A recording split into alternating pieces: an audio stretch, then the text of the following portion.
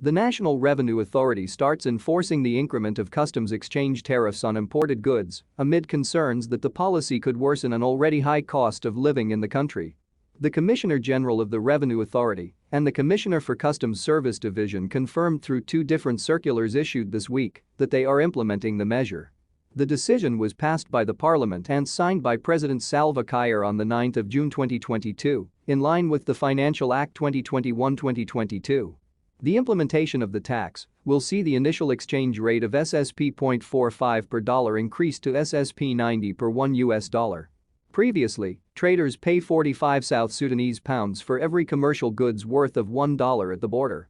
But the new measure means traders have to pay 90 South Sudanese pounds for goods valued at $1. The decision was protested by importers and commercial truck drivers who accused the Commissioner General of issuing an abrupt notice.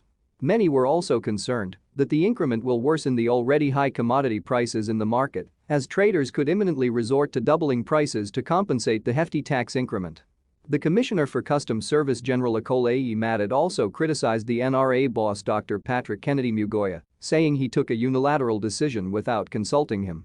As a result of the backlash, the National Revenue Authority extended the July 18 deadline including of the 30% profit tax for another month until the end of August. In a statement, the NRA said the purpose of this change is to gradually harmonize the customs value of internationally traded commodities with their actual values, determined using the official exchange rate. The country's revenue collector added that the move will enable importers and exporters contribute their fair share of taxes to the government. It was also seen to help the government improve on the provision of essential public services to all citizens. However, NRA Commissioner General Mugoya and Commissioner Akolai reached a consensus after having locked horns previously on the issue. In separate circular issued on Monday, the Commissioner for the Customs Service Division, Major General Akolai Madad confirmed his concurrence with the new policy and directed all the custom institutions to reinforce the law. The tax increase comes at a time when the prices of goods and services have sharply risen in the country.